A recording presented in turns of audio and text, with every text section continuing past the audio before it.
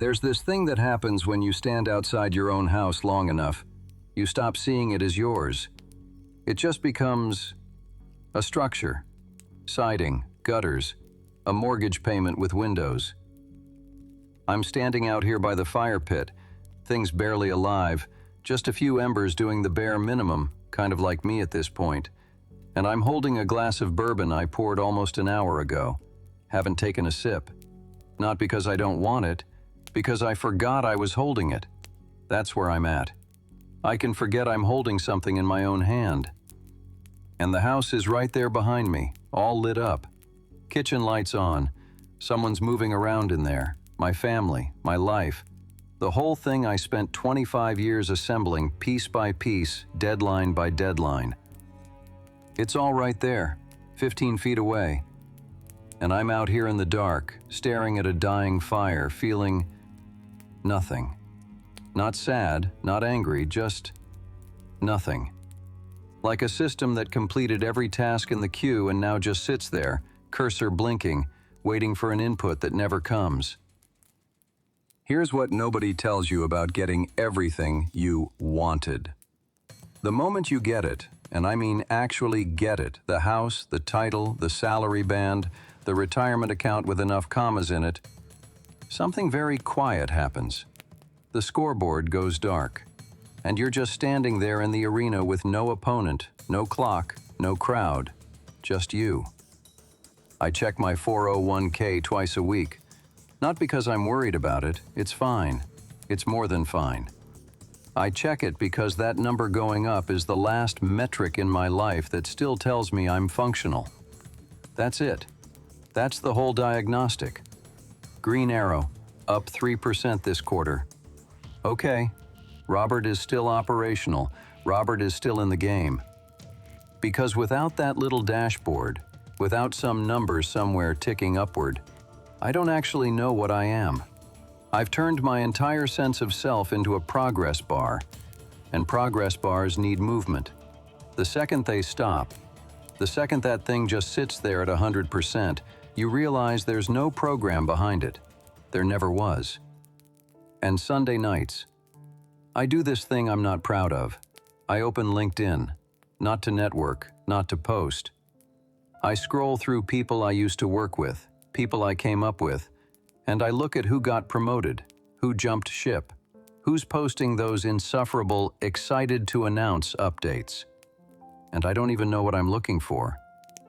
Am I trying to feel better than them? Worse? Am I trying to feel anything at all?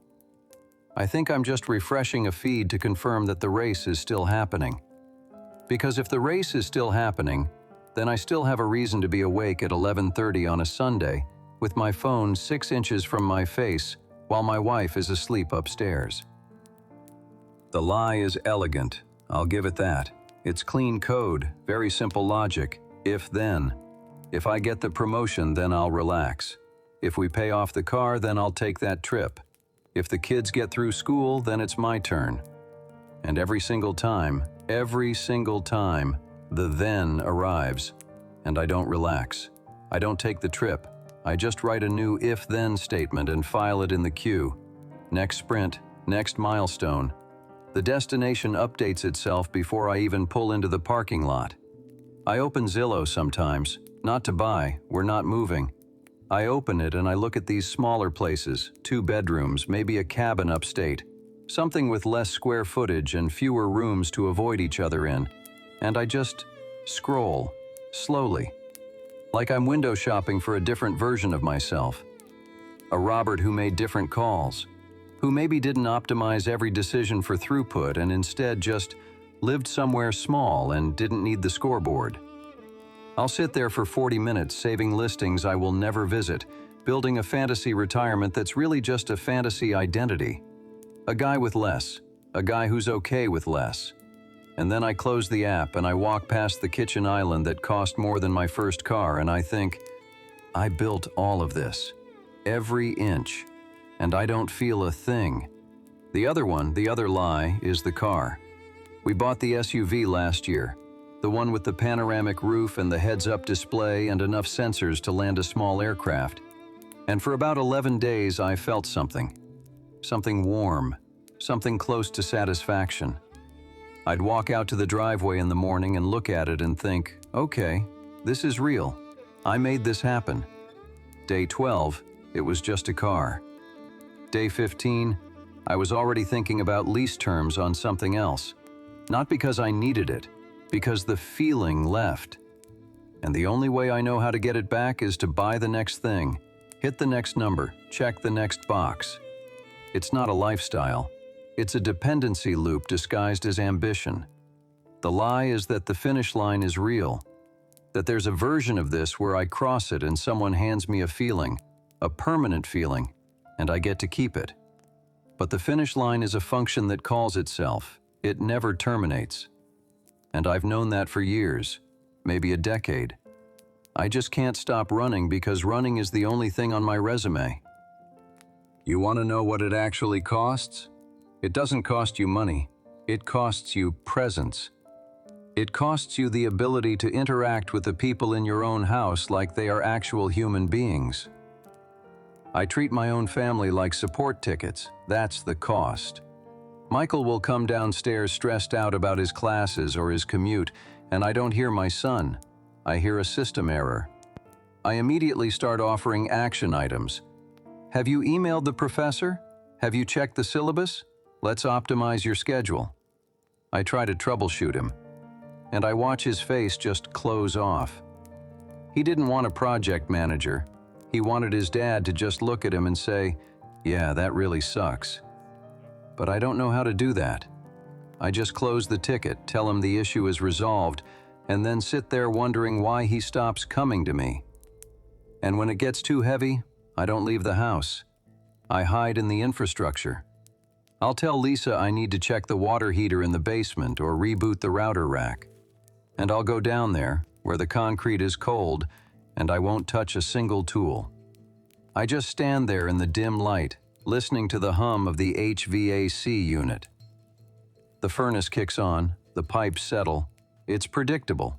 It's a system that works exactly how it's supposed to. No emotional variables, no bandwidth issues, just pure, functional machinery. I'll stand down there for 20 minutes, choosing the company of a water heater over the warmth of my own living room, because the machinery doesn't ask me to be anything more than the guy who pays the utility bill. Being upstairs, actually being in the room with them, requires the Robert who feels things, the one who connects. And I don't think that software was ever installed. The mind does this thing where it just goes flat, like a monitor that's on but showing nothing. I can be mid-conversation at the dinner table, Lisa telling me about her day, and suddenly I'm gone. Not daydreaming, not distracted, just not there. A blank process running in the foreground with nothing behind it. And nobody notices because I've gotten so good at the performance. Nod, respond, nod again. But inside it's just static, dead air on an open channel. The trap, and this is the part that really gets me, is that knowing all of this doesn't help. Awareness doesn't patch the bug. I can see the entire architecture. I can diagram it on a whiteboard. Here is where Robert mistakes motion for meaning. Here is where Robert uses achievement as a sedative. Here is the recursive loop that keeps him optimizing a life he doesn't feel. I can see all of it. And tomorrow morning, I will wake up at 5:45, check my portfolio before my feet hit the floor, and start the whole cycle again.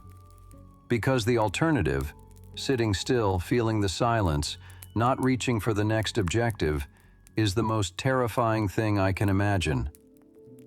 You know what I did last weekend? Saturday. Nothing on the calendar. Lisa took Emma to her clinical orientation. Michael was upstairs, door shut, headphones on. I had the whole downstairs to myself. 8 hours of unscheduled time, no deliverables, no stand-ups. And I panicked. Not visibly. I just started doing things. I organized the garage, alphabetized the spice rack like we're running an inventory audit on paprika. I cleaned the grill. I reorganized my email folders, I found tasks to fill the silence because the silence is where the question lives. The one I've been out running since I was 26 and took my first salaried position and decided that the person I was going to be was the person who always had a next step. The question is simple. If I actually stop building, stop optimizing, stop chasing the next if-then, who am I? Not what do I do, who am I? And I don't have an answer. I've never had an answer.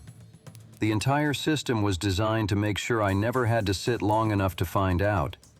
Every promotion, every purchase, every goal was a scheduled task that kept the CPU busy so it would never have to process that one query. And the cruelest part, the absolute bottom line, is that the system works perfectly. It does exactly what it was designed to do. It keeps me moving. It keeps me numb. And I built it myself. Every line of it. I don't have a fix. I'm not going to stand here and tell you I figured it out because I didn't. But something shifted maybe 3 weeks ago. Small, almost nothing. I was driving home from work. Same route, same time, same everything. And the traffic was stopped on the overpass. Dead stop. The kind where you just take your foot off the brake and let the car idle forward every 30 seconds. And instead of reaching for my phone, instead of queuing up a podcast or checking Slack, I just didn't. I sat there, windows up, engine humming, and for maybe 90 seconds I wasn't trying to get anywhere. I wasn't optimizing the route. I wasn't calculating arrival time. I was just a man in a car on a bridge, and the sky was doing that thing where it goes orange and purple at the same time. And I looked at it. That's all. I just looked at it. And nothing happened. No epiphany, no angels, no cinematic breakthrough. But for 90 seconds, the progress bar wasn't moving, and I didn't try to fix it. I just let it sit there, incomplete. And I was still alive, still breathing, still here. Which sounds like the lowest possible bar, and it is. But when your entire identity is built on forward motion, standing still for 90 seconds without reaching for a distraction is the hardest thing you'll ever do. It's not a solution. It's barely a crack in the wall. But it's the first honest thing I've done in a very long time. No metric, no output, just a sky that was there whether I optimized for it or not. The embers are out now. Completely. Just ash and a faint smell of carbon. The glass in my hand is room temperature. I should go inside. I know that. Kitchen light's still on, which means Lisa's still up, probably wiping the same counter she already wiped twice, waiting without waiting, the way she does. And I'll go in. I'll rinse this glass, set it in the sink. She'll say something like, "You were out there a while," and I'll say something like, "Yeah, just getting some air." And we'll both know that's not what it was, and neither of us will say anything else. I'll check the locks, turn off the porch light, walk past my daughter's room where the light under the door means she's still awake, still watching something on her phone, still existing in a house where her father is always somewhere else, even when he's right here. I'll get into bed. And before I close my eyes, I'll reach for my phone one more time. Not to call anyone, not to read anything, just to check something, anything, some number, some feed, some proof that the machine is still running. Because I don't know what I am when it stops.